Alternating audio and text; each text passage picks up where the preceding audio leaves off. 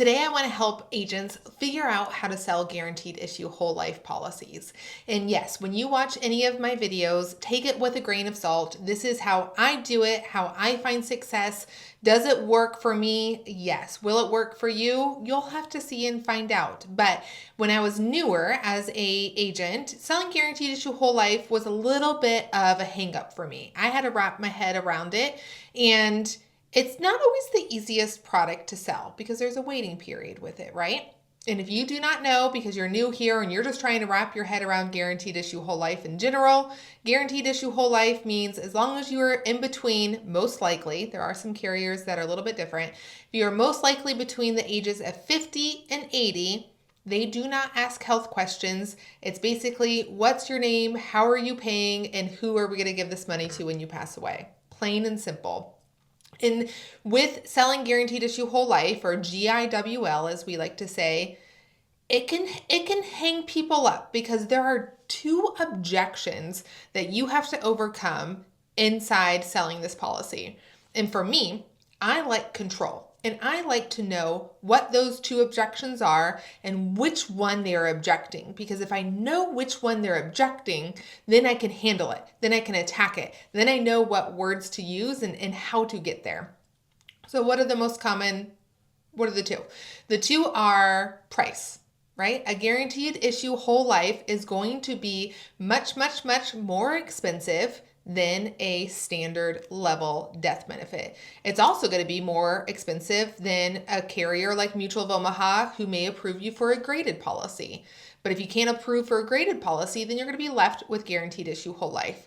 And so a lot of people, John Wetmore says it best when he says it's kind of like chewing a piece of meat at a restaurant or taking a bite. I'm super guilty of this with my husband. If I take a bite and I'm like, oh my God, this is awful. And I'm like, you try it. I don't think my husband Jake is jumping at the chance to try what I just made a whole face of disgust with, right? That's kind of what we can fall into the trap of when we're selling guaranteed issue whole life. We're falling inside the trap of like, you can't get that. You can't get a term. You can't get a normal whole life, but here, take this. That stinks, right? No one's going to want to buy it when we approach like that. And so if you approach it with what's the payoff, how are they going to benefit from this? And there's a few other nuances to it too. So when I'm selling guaranteed issue whole life, I am very much so overcoming the two objections of the price and the waiting period. Which way you want to do it is up to you. For me, this is what works. I like to overcome price first.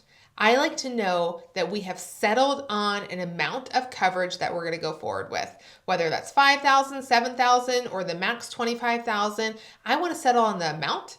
I want to settle on the payoff of what it's going to do, what funeral cost, what X, Y, and Z it's going to do. I want to know that they are agreeing to life insurance. That is the objection and the sales skills that I need to work on, because if I get an I need to think about it there, then I know that my issues are further, more at the beginning of the sales process. If I can't get over the price per insurance amount. Does that make sense to you guys? So that's how I do it. Once we've settled on a price of like $10,000 will be $58.88 for you for this $10,000 of coverage. The next step I'm going to take is as soon as they say like, yep, okay, that sounds great. I'm going to say like, now Miss Betty, because of your history with your health, this does come with a 2-year waiting period. However, it is still a win-win for you, because if anything were to happen to you in the next 2 years, Paul is going to get all of the money that you paid for this policy back to him, plus 10% interest on those payments. And if you outlive the 2 years, which you're not going to die anytime soon, right? You're doing pretty good. If you outlive the next 2 years, he gets the life insurance money. So it's still a win-win. Putting this money into this life insurance policy is kind of like putting it away in a high interest savings account.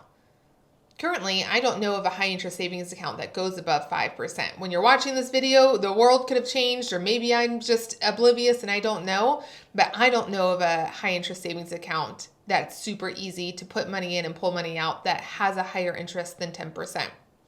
So it's still a win-win. Because what's the alternative? And I kind of pause there. What's the alternative, Miss Betty? Most likely they're going to say like, well, I'll just save the money. Yeah.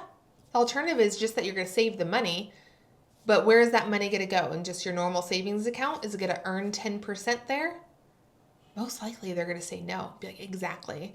That's why getting this policy in place is the best thing for you right now to ensure that Paul is going to be taken care of if something were to happen to you.